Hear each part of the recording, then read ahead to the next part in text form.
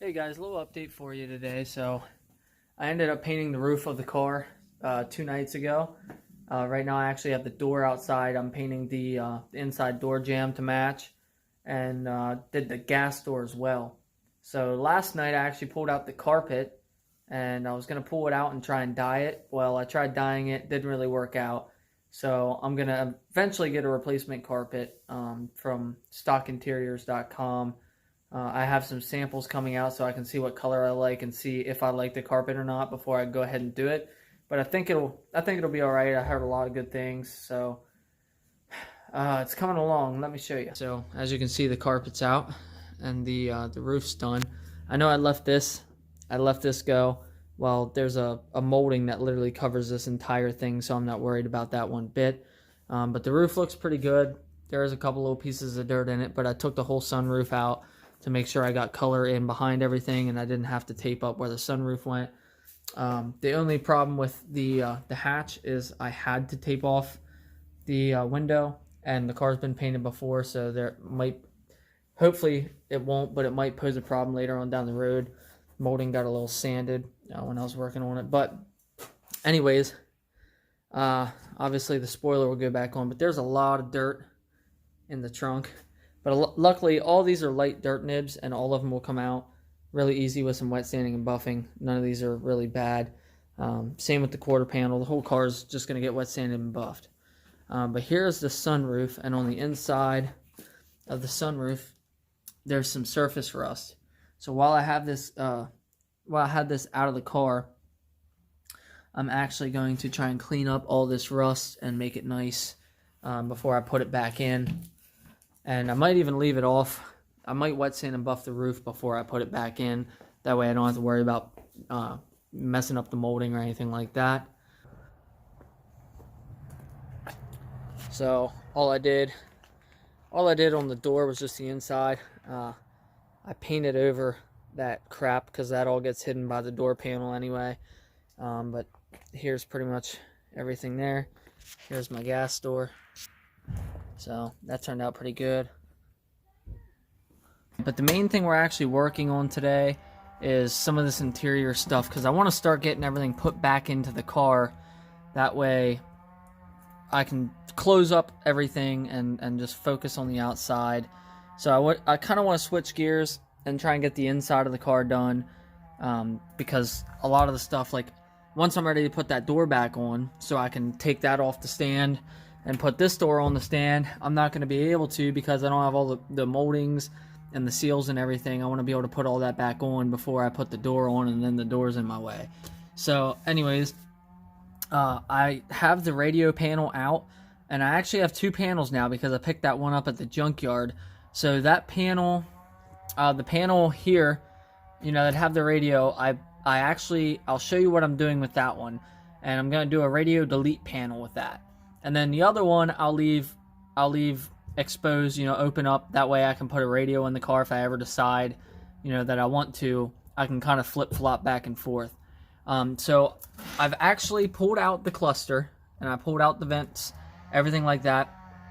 And I actually already, well, the battery is not hooked up, but I put a red LED in this cluster here, and I put red LEDs in that. That was before I decided to change the color of the car. So now that I'm changing the color of the car, I thought red wouldn't really be a good fit. And so I was like, well, I should go with blue now. And doing the cluster is going to be a complete pain in the ass, and I didn't want to do it. So I actually just got gauge faces, and they're pretty cool. I've had them on a car before, and I actually got HVAC faces as well. And they're not the ugly ones you see on eBay everywhere that they make for every car. The ones I got are actually pretty cool. They're pretty special, and I had to do a little bit of digging to find them, and I actually ordered them directly from the website. The only weird thing is the speedometer is going to be in kilometers per hour instead of miles per hour, but that's really not that big of a deal to me. I'll get used to it. Anyways, what we can do tonight, what I'm doing now is here's my radio harness I just bought. And so the yellow wire is for memory, the red wire is for power, and the black wire is ground. So I can start wiring in gauges to the yellow wire for memory and to the red wire and black wire and everything. I also ordered a custom pod gauge. So if you guys remember, there's 2 vents that go here. I ordered a pod gauge, so there's 2 gauges that come out rather than those vents. So what I'm doing now is for all the LEDs, the defroster buttons, the rear wiper buttons, and the cruise control buttons, all that sort of thing, the control for the mirrors, all of that is going to get blue LEDs. So all that will light up blue. The gauge faces that I got will light up blue. I'm going to put a blue light in the ignition ring or take the light out, whichever, if I can't find a bulb for that. But I have a red LED in this, and I have red LEDs in the cluster right now. So I'm going to leave the red LEDs in the cluster so that the needles light up red, but the faces will hide the light, and they'll be blue gauges with red needles. And then these also will be blue gauges with red needles, because with the red LED, these will all light up red. So, all that being said, I'm going to go ahead and go inside now and show you what I'm talking about. Alright, so we have quite a mess here on the table, and here's what I'm working with. So the cruise button here actually lights up blue, but the chip inside has all these little mini LEDs that will light up orange, which will turn on they'll light up the on and the off. Well, the car doesn't even have cruise control anymore, so don't really need either of those to light up. I don't really need this switch at all to light up, and I could honestly delete it and just put a blank panel there, which might make more sense, but I'm not sure. I might do that later on down the road. Since I don't feel like soldering in a bunch of different LEDs to make that blue, I might just cut these off. So what I'll end up doing is I'll cut off this one, and this one, and then the actual cruise itself here will light up blue, and that'll be it. As well as this button, this will all light up blue. This one here will light up blue, and all these here will light up blue. All the white will light up blue. So I can actually discard this piece. I don't need to put anything back in there, because this is the piece where I'll have the gauges. So let me show you the actual light now.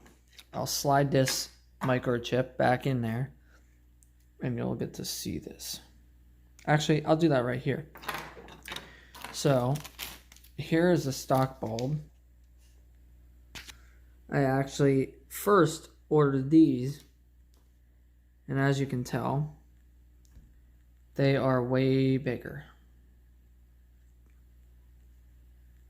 Way bigger.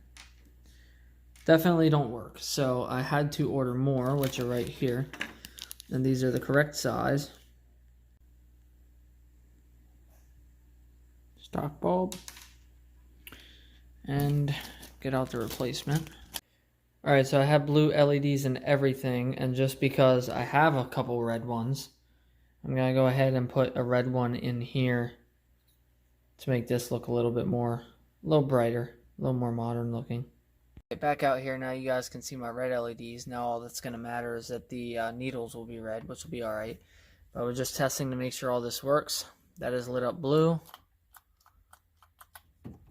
I don't think that button has function though.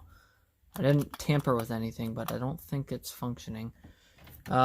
This one's not lighting up either, as well as this one. So I'll have to flip those around. This one is lighting up. And the fog light switch is also lighting up. The button actually works, but the LED isn't lighting up. So I'm going to go inside, grab my flathead, flip all these ones that aren't working around, and give this another test. Alright, so here we go. This one is now working. This one is now working. The hazards are now working. And everything over here is working as well. So this is cool. All of these are lighting up. So now it's just a matter, I mean, these are back in. These are good. But we'll have to wait till that pod gauge gets here to put these in.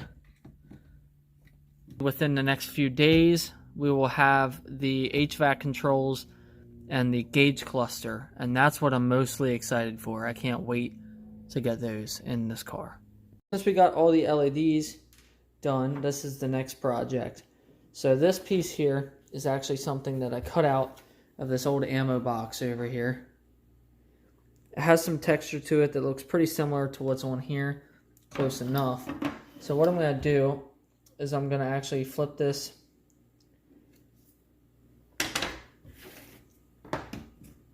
like that. And I'm going to take a soldering iron and I'm going to weld this plastic piece in here so that it looks like this in the car. There will be no radio. This is just how it's going to look. And then I'll sand all this down, give it a good scuff, and I'll paint it black to match because this one is out of a gray car. So here's the stock piece. Has the hole for the radio, and that's it. And here's the one I just welded. So now it has this little delete panel in here. Literally all this was a piece of an ammo box. The top's ugly, but the sides, everything welded pretty nice. It is sturdy. I mean, it's not going anywhere. So now I'm gonna sand this down and paint it so it's hard to tell, but it's a different, it's gray, it's not black. So I'm gonna sand this down or scuff it down real quick and spray it flat black. Okay, here's the two side by side, stock versus the one I just did.